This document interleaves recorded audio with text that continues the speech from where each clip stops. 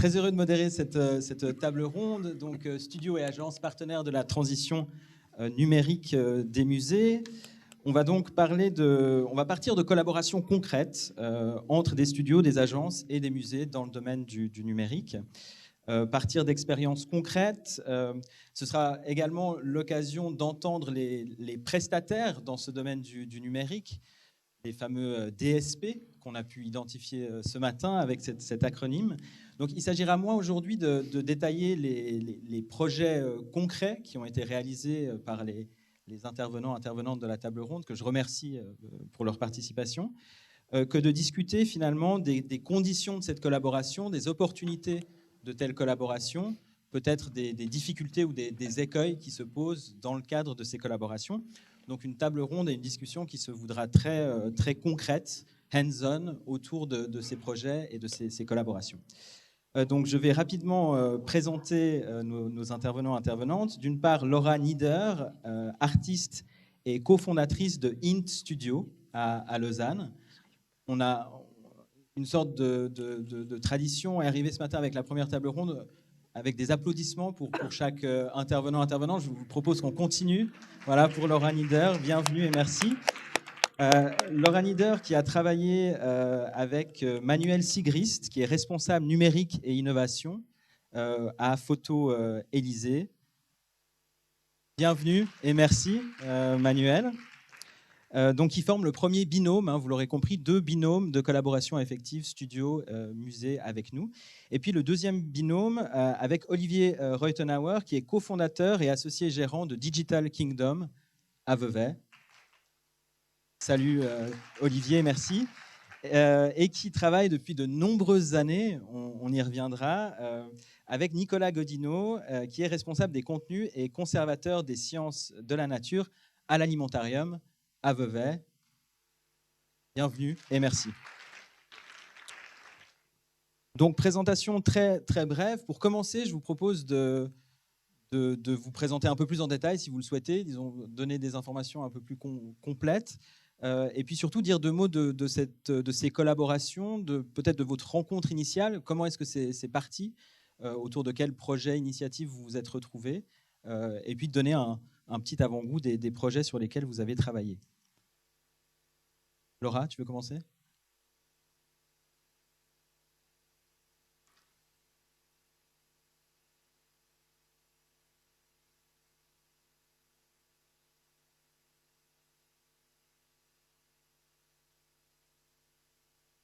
Ouais, c'est bon, super.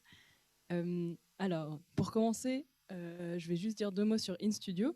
Donc, on est une petite agence, on est 3 cofondateurs, on travaille à Renan, près de Lausanne.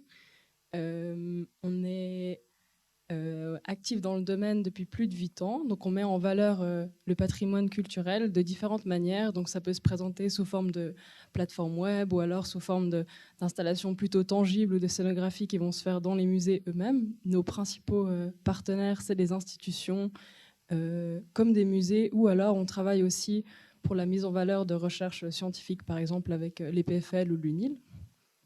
Et 2 mots sur le projet qu'on va parler plus en détail. Donc on a fait 3 projets en collaboration avec Photo Élysée, Plateforme 10 et le MUDAC. Là, en photo, vous en voyez un qui s'appelle LCD pour Lumina Chroma Data. Donc c'est une installation qui, en fait, mais à la base c'était une vidéo. Je ne sais pas si il y a moyen de le lancer. J'essaie, mais je crois que ma maturité numérique n'est pas au niveau. Alors je vais vous la décrire. Du coup, en 2 mots, on a comparé les 2 collections. Enfin, comparer est un grand mot. On a joué un peu avec les 2 collections des musées de photos de l'Élysée et du MUDAC. Donc, une collection plutôt de photographie et une collection d'objets, de sculptures, de céramique. Et du coup, on a choisi de parti pris de la couleur en fait pour comparer ces 2 collections. Et du coup, c'est une installation qui crée en fait des diptyques entre ces 2 collections, en nous proposant chaque fois les 2 pièces des collections qui sont le plus proches de la couleur choisie. Et donc c'est une installation, un mix entre digital et physique, parce qu'on a du coup 2 écrans qui vont nous présenter les pièces des collections, mais on a aussi toute une installation dans l'espace où on a comme un cercle chromatique en dessus de nous qui nous permet de choisir la couleur, qui va changer la couleur de la pièce. Et, ouais, en 2 mots. Je te laisse compléter si tu veux. C'était un... vous savez que donc Élysée, Mudac, Beaux-Arts, on a rejoint une structure qui s'appelle Plateforme 10 il y a quelques temps. Et puis, avant de déménager à l'Élysée, on s'est dit, on n'est pas complètement spécialiste dans le numérique. On avait déjà pas mal de compétences là-dedans. Ça fait un petit moment que j'y travaille, que j'ai pu développer des projets. Mais il y a quand même un moment où, en voyant des conférences comme aujourd'hui, on s'est dit, en fait, il faut sauter dans le bain. Le numérique, c'est pas une question de lire des recherches, il faut lancer des projets. On a eu la chance d'obtenir un crédit, enfin un fonds assez important pour mener un projet de recherche. Et les 3 projets qui ont été cités par Laura, dont celui-ci, sont issus de ce projet de recherche. Et puis, pour nous, pour vite situer le projet, l'intérêt, c'était de trouver aussi un moyen, au-delà du numérique, au-delà de trouver une nouvelle manière de présenter nos collections, de trouver aussi un moyen de collaborer avec notre futur voisin. Magnifique, merci. Olivier, tu veux enchaîner sur vos collaborations avec l'Alimentarium? Bonjour, oui, ça marche. Peut-être rapidement pour présenter Digital Kingdom. Le métier de Digital Kingdom, le cœur de métier, c'est la création de jeux, et majoritairement effectivement dans le digital, donc des choses plutôt jeux vidéo. On est actuellement 11 personnes et puis installés à Vevey. Vous verrez que ça aura peut-être son importance après. On travaille pour le monde de la communication, de l'industrie, de la culture, avec des produits type jeux vidéo à message. Vous avez peut-être entendu parler de Serious Game. Nous, on n'aime pas trop ce terme, mais voilà, on l'utilise quand même parce que ça permet de se comprendre. On développe aussi nos propres jeux. La petite histoire avec les musées, elle commence assez tôt chez Digital Kingdom parce que le studio a démarré en 2014.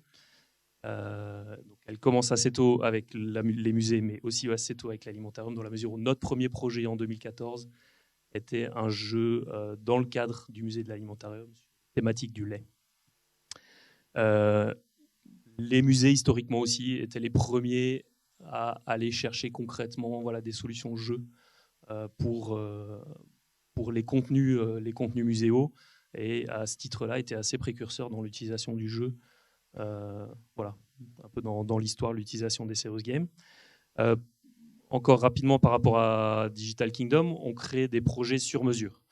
C'est-à-dire que les gens avec qui on travaille, on va les voir pour comprendre ce qu'ils font, qu'est-ce qu'ils veulent faire, où est-ce qu'ils veulent aller. Et puis à partir de ça, on va créer, le plus souvent en collaboration, des projets sur mesure pour répondre à ces problématiques, effectivement, avec l'axe jeu, voire jeu vidéo.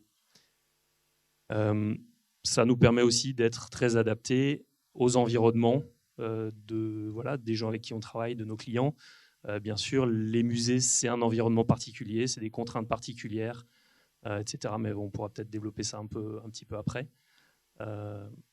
On peut aussi apporter une certaine expérience et une certaine connaissance du milieu muséal au titre de ces longues années de partenariat. Et puis peut-être encore un petit aspect qu'on a pas mal évoqué, qui a pas mal été évoqué ce matin, c'est effectivement de d'abord travailler sur pourquoi on veut faire un projet, avant de se poser la question comment, peut-être typiquement au niveau des technologies. Digital Kingdom s'intéresse déjà à répondre à comment délivrer le message, avant peut-être de s'inquiéter de comment, c'est-à-dire quelle technologie utiliser. Je laisse la parole.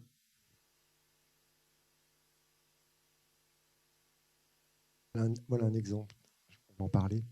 Donc Nicolas Godino, Alimentarium, donc le musée de l'alimentation et de la nutrition humaine à Vevey, qui a entrepris une transformation, évolution, révolution numérique à partir de 2016. Une vision du conseil de fondation de dire on pense qu'une partie des contenus qu'on a au musée, on aimerait pouvoir les partager avec un peu plus que juste la dira, que le rendre accessible à un plus grand nombre. Donc cette idée de dire comment on peut faire pour rentrer dans le monde numérique. Là, le monde numérique qui rend à disposition au monde entier des informations, c'est une partie du numérique. Et puis comment utiliser les nouvelles technologies numériques ou digitales pour créer de l'expérience particulière dans le musée. Donc avoir ces expériences qui soient à la fois in situ dans notre musée et puis disponibles d'une manière ou d'une autre, ou transférées de manière ou d'une autre sur le web, sur Internet, ou au plus grand nombre. Alors c'est vrai que même avant cette révolution stratégique, il y avait déjà eu des volontés d'aller dans l'outil digital avec du jeu. Donc justement, ce premier jeu développé, fait avec Digital Kingdom en 2014. Donc l'idée de l'entrée par le jeu sérieux, l'alimentation c'est rigolo, hein. Donc c'est du jeu, de manger, de cuisiner.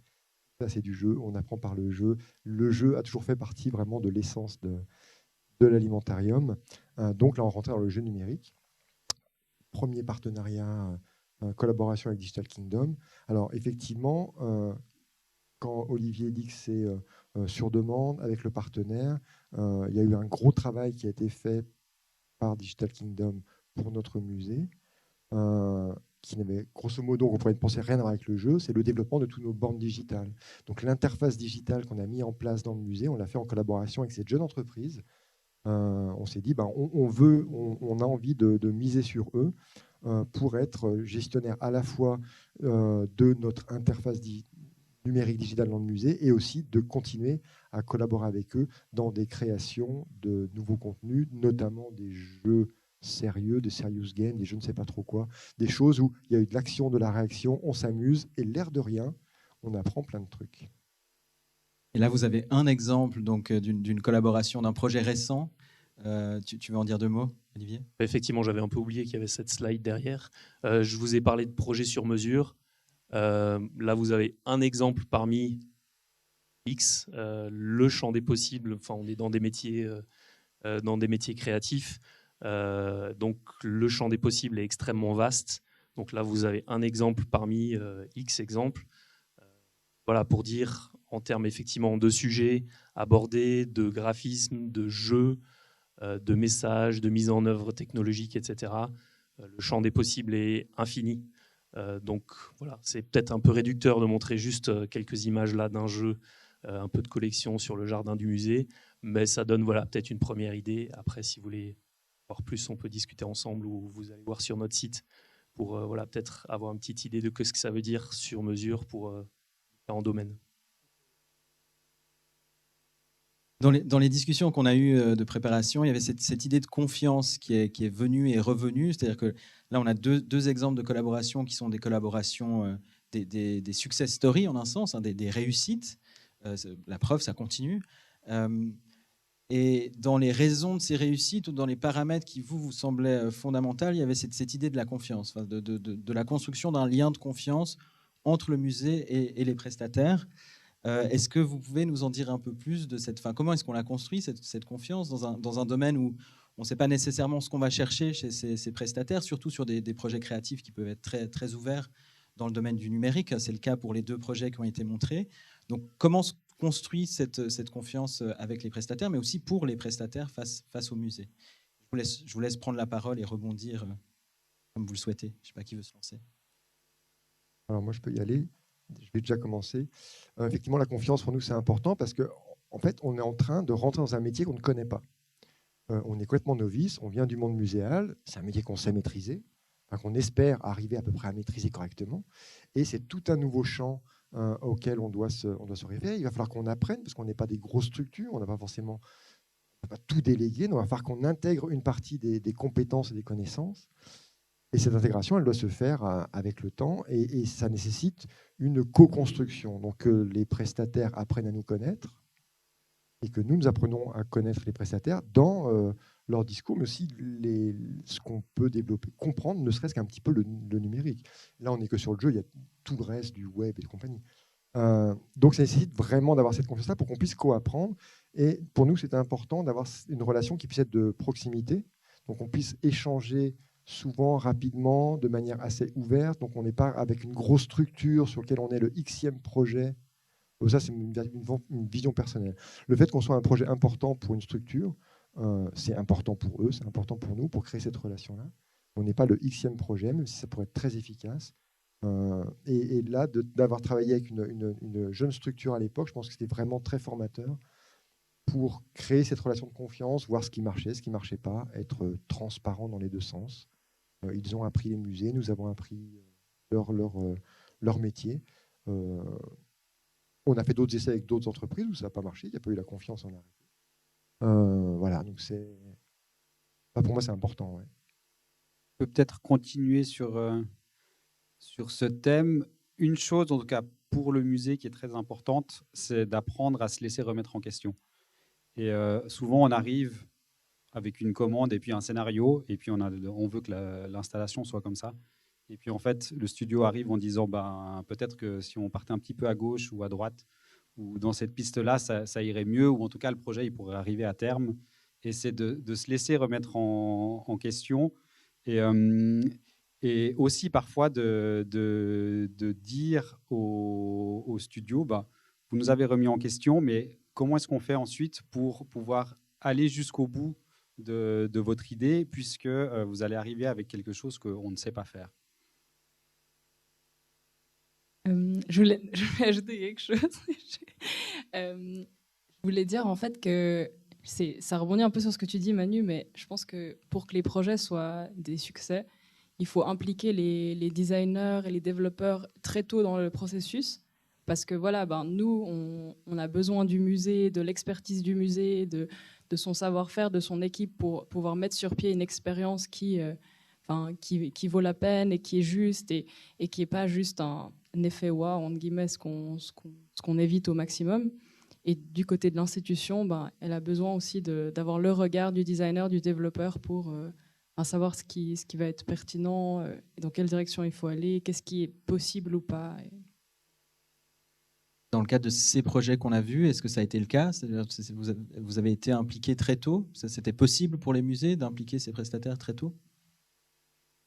Si je prends les 3 projets qu'on a fait avec l'équipe de Laura, on les a impliqués dès le début. C'est même la jeunesse du projet. On s'est un peu trouvé autour d'un besoin et d'idées qu'on avait au musée. Et ensuite, l'équipe de Int est arrivée ensuite avec des idées en disant il faudrait peut-être essayer ça ou ça. Ils nous ont fait plusieurs propositions. Et plutôt que d'en sélectionner une comme ça et puis dire on y va, on est parti dans une toute petite étape de test, un mini prototype qui était présenté pendant 2 jours. Et puis moi, de mon côté, qui était déjà pratiquement convaincu que j'avais envie de travailler avec eux et j'avais déjà eu pas mal de discussions, ça m'a permis aussi d'embarquer tous mes collègues et puis de leur montrer qu'on avait quelque chose qui marche, qu'on avait aussi en face de nous des gens qui savent de quoi ils parlent et puis qui ont aussi l'humilité de dire les limites du projet, c'est ça. Et sur cette base-là, ça nous a permis de construire autre chose. Et ça nous a permis, dans un temps aussi assez court, d'apprendre à travailler ensemble et de voir si c'est possible. J'abonde tout à fait dans le sens de tout ce qui a été dit là. Et je pense effectivement que c'est particulièrement important, comme on l'a dit au début, dans le cadre de projets créatifs. On n'est pas là sur un produit sur l'étagère qu'on achète, qu'on installe. On est vraiment dans de la effectivement, co-création, collaboration. Donc, effectivement, cette relation de confiance, elle est nécessaire des 2 côtés. Et puis, comme par rapport à ta question, Célim, effectivement, le fait d'être intégré assez tôt dans les projets permet justement de créer cette relation de confiance. Comme tu le disais, on apprend à se connaître, on apprend à voir où sont les limites, où est l'expertise, où est l'expérience, etc. Et c'est clair que ça, c'est assez primordial pour avancer dans le bon sens et pour que ça fonctionne, pour que la mayonnaise prenne. Important. Et des relations sur la durée. Un des gros avantages qu'on a collaboré depuis plusieurs années et de manière productive avec Digital Kingdom, c'est qu'ils nous connaissent aussi très bien. Ils connaissent nos contenus, ils connaissent nos contraintes, ils savent à quel point on peut être enquiquinant ou pas enquiquinant, comment on peut discuter. Des fois, on a des discussions qui sont des discussions Mais on a cette vraie relation de co-travail, un peu comme si c'était vraiment partenaire. On l'a avec d'autres prestataires, c'est quelque chose qui peut être amené à évoluer, mais c'est vraiment d'arriver à nouer ce lien particulier. Et c'est vrai qu'on arrive bien à l'avoir avec, pas forcément avec tous les prestataires. Il y a toujours cette étape un petit peu de comment nourrir ce lien-là. Et ouais. Est-ce que vous avez des recommandations concrètes? Enfin, on l'entendait, Laura, donc l'idée d'y aller progressivement, proposer un prototype, donc c'est aussi engager moins de temps et moins d'argent pour l'institution. Il y a un enjeu de trouver l'adhésion des autres membres de l'institution, parce que vous, évidemment, vous êtes convaincu, mais il y a certainement aussi d'autres personnes à convaincre à l'interne, j'imagine. C'est aussi des enjeux de communication, de transparence, d'organisation. Oui, totalement. Il faut toujours convaincre tout le monde, par définition. Oui, mais après, c'est plus ou moins difficile de convaincre, justement, quand on peut avoir un historique. Sur des tout premiers clients, il y a toujours une sorte d'espoir. Donc, c'est toujours comment on gère les attentes. Donc, aussi dans la communication avec pas nos prestataires, le conseil de fondation, avec les gens à qui on doit rendre compte, on arrive à gérer correctement les attentes, pour promettre des choses compliquées. Ça, j'imagine que c'est aussi un enjeu pour les studios et les agences dans un monde où, autour du numérique, il y a tout un ensemble de fantasmes, voilà, de métaverse, de facilité d'immersion, hein, d'interactivité, etc. Tous ces termes comme ça qui ont une valeur culturelle, mais aussi idéologique qui est très forte. Donc j'imagine que parfois, vous devez recadrer, ou en tout cas, il y a un enjeu d'alignement des attentes de vos clients qui doit aussi être assez important. Ouais, tu posais aussi la question justement des outils pour créer cette confiance, et ça va après dans la suite de ta question. Il y a justement le fait de travailler un peu pas à pas. Là, on parlait de prototype ou d'arriver très tôt dans les projets. Justement, ça permet au studio de faire ses preuves, d'avancer, j'allais dire, un peu ses pions, de montrer comment on travaille, etc., jusqu'à arriver dans une relation de confiance. C'est vrai, historiquement, avec l'Alimentarium, on a commencé à des choses où on avait beaucoup de liberté, après un petit peu moins, et puis on en a retrouvé, etc., une fois que la relation de confiance était bien établie. Ça, c'était peut-être un premier point que je voulais aborder, c'est-à-dire effectivement le fait d'aller pas à pas. On minimise les risques des deux côtés, c'est-à-dire autant en termes du côté institution, peut-être on ne va pas dépenser trop de temps, trop d'argent, et aussi le studio va pouvoir faire ses preuves. Ta deuxième partie de question, du coup, je l'ai un petit peu oubliée. Moi aussi. Voilà, dommage. Ça me reviendra peut-être. Est-ce qu'il faut recadrer les clients? Voilà. Alors oui, peut-être ce que je voulais dire, merci beaucoup. Il y a, pour nous en tout cas, il y a la question de la transparence et de l'honnêteté qui est importante avec le client. Souvent, je donne l'exemple de dire que si un client vient chez nous avec une demande et qu'on estime que nous, on n'est pas le bon studio pour répondre à cette demande pour X ou Y raison, on va le dire. Et on va dire, écoutez, allez travailler avec quelqu'un d'autre parce que nous, ce n'est pas ça qu'il vous faut. Ça, c'est une partie de transparence et d'honnêteté, je pense, qui est importante aussi dans la création de la confiance. De donner aussi, tout à l'heure, on parlait de limites, de dire, peut-être nous, ce domaine, on ne le maîtrise pas. Alors, si vous êtes d'accord, on va y aller ensemble et puis faites-nous confiance et puis on va défricher ce terrain-là. Ou bien, ça, on sait faire, faites-nous confiance, etc. Cette relation, elle se construit aussi, je pense, dans l'honnêteté et dans la transparence. Je peux compléter en disant, je pense qu'il y a un enjeu aussi de la part des studios de bien comprendre la demande de l'institution, qui des fois la connaît pas forcément elle-même très bien. Enfin, des fois, ça part un peu d'une envie. On a ces ressources à disposition. On aimerait faire ça. On aimerait proposer des nouvelles choses à notre public, mais on ne sait pas vraiment sous quelle forme le faire ou comme ça. Et c'est clair que ces projets, c'est des projets qui vont demander une réflexion commune. C'est pour ça que ce genre de format où on implique très vite le studio, on discute de ce que ça pourrait être, ça permet aussi de proposer quelque chose qui est juste. Et puis on peut aussi assez vite définir, ok, alors ça, par rapport à votre institution, c'est possible de le faire, ça prendrait tant de temps, ça demanderait tant de ressources, ou genre ça, peut-être que ça doit se faire sur plusieurs années, ou alors il faut plutôt impliquer ce type de partenaire, ou comme ça. C'est vrai que nous, on a peut-être un fonctionnement un peu différent de vous, où si on c'est rare qu'on ait dû refuser des projets, mais c'est plus, on va s'entourer un peu de l'équipe qu'il faut. Enfin, on est une toute petite équipe, mais par exemple, si pour un projet, on a besoin de travailler avec des architectes, on va agrandir l'équipe en collaborant avec un studio d'architectes qu'on connaît. Ou alors, si on a besoin d'un travail beaucoup plus de l'aspect graphique, ou comme ça, on va du coup travailler avec des graphistes. On a un peu de cette modularité. Et du coup, ça permet de cibler assez bien la demande et puis de trouver la meilleure manière d'y répondre. Merci. Et peut-être pour les musées, on l'a évoqué ce matin, il y a beaucoup de gens qui ont des choses à vendre dans le domaine des prestations numériques aujourd'hui. Souvent de la technologie aussi. Enfin, il y a différentes formules à vendre. Donc une sorte de jungle de prestataires. Comment est-ce que vous naviguez, vous, dans cette offre à la fois on parle souvent de solutions, hein, ou de technologie. Ici, on parle plutôt de projets créatifs ou de dispositifs numériques. Comment est-ce que vous naviguez dans cette offre et qu'est-ce qui vous amène peut-être dans ce cas-là vers des solutions qui sont locales, par ailleurs?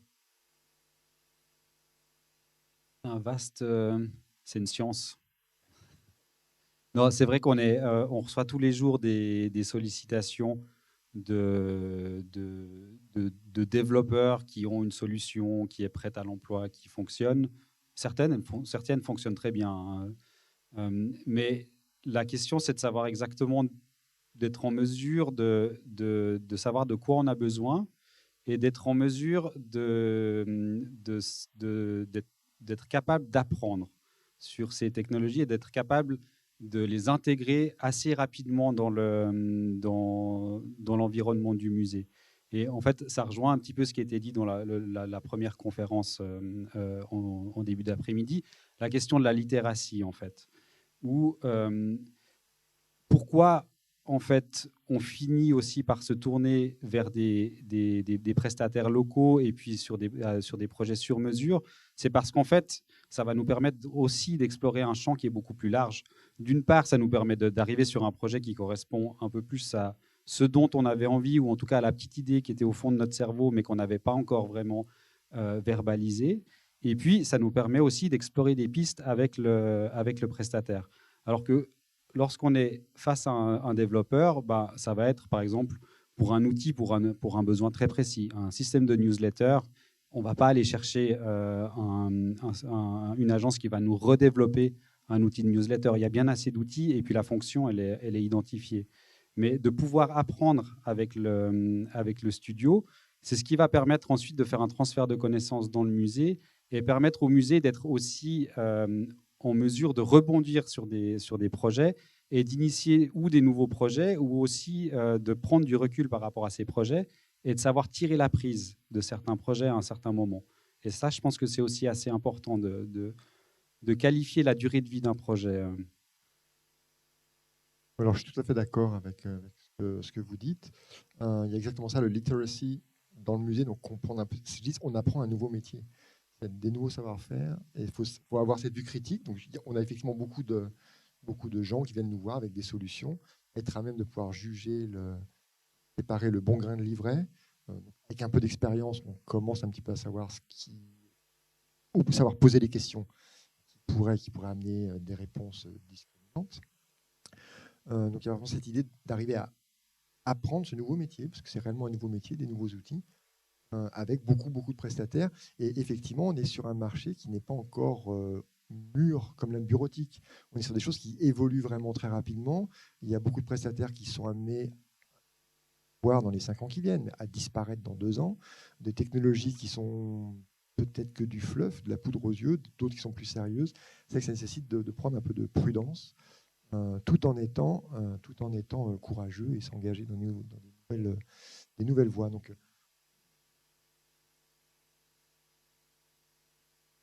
et de travailler avec des studios locaux, c'est aussi une manière de favoriser cette logique de sur-mesure. C'est faciliter cette mise en place de projets qui sont, on en a parlé beaucoup, mais adaptés finalement à la réalité des institutions, à leur vision, à leur mission, à leur public. alors pour moi, il y a cet intérêt-là, la proximité qui fait qu'on peut décider à un moment de se dire, est-ce qu'on peut se voir dans une demi-heure? On peut effectivement se voir en physique dans une demi-heure. C'est pas nécessairement un prérequis d'être local. On peut imaginer à distance, mais ça facilite. Le fait d'être local est un vrai facilitateur pour mieux apprendre à se connaître.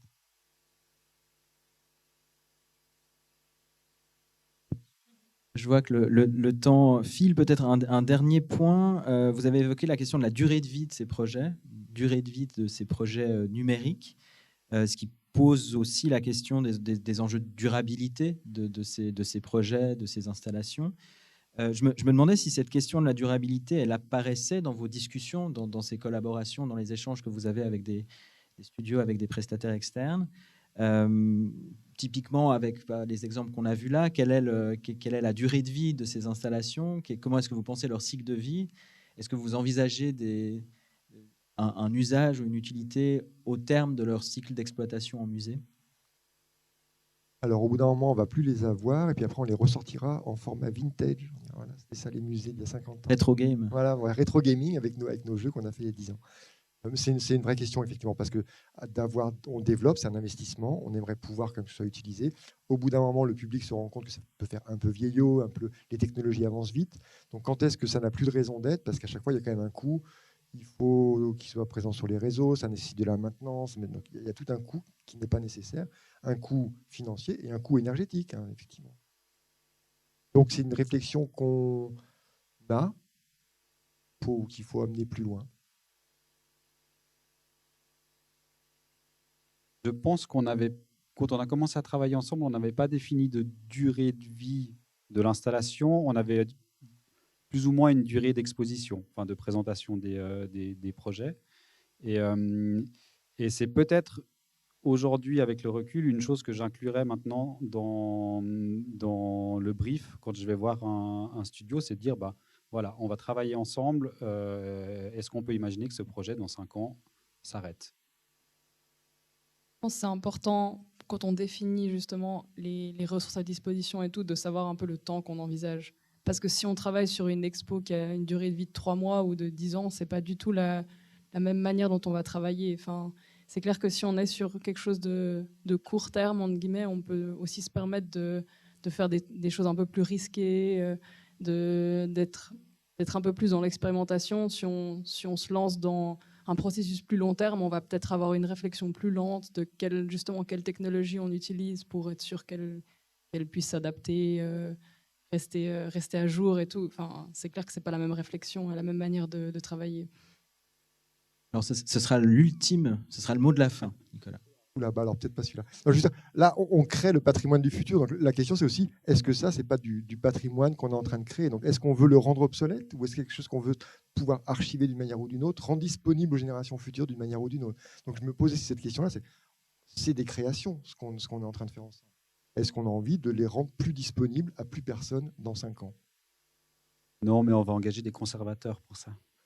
Ouais. Ouais, mais ça peut être rendu disponible sous une autre forme que l'installation originale. Justement, j'allais peut-être dans ce sens-là. Je m'étonne que tu n'en aies pas parlé. Mais c'est vrai que là, la politique, en tout cas, de l'alimentarium, de rendre les choses disponibles en ligne, fait qu'en tout cas, tous les jeux, ou une très grande partie des jeux qui ont été créés par Digital Kingdom depuis 2014 pour l'alimentarium, sont maintenant disponibles en ligne. Et donc ça, c'est une espèce de moyen d'archiver ou de conserver ces choses-là. Mais c'est clair qu'après, pour la question de la durabilité, nous, c'est un peu un prérequis. En tout cas, c'est pas forcément explicite de la part de Nicolas ou autres à l'alimentarium, mais pour nous, c'est un peu un prérequis. Un musée, enfin, je veux dire, il faut que le matin, quand on allume le musée, ça démarre. Le soir, quand on éteigne, ça s'éteigne.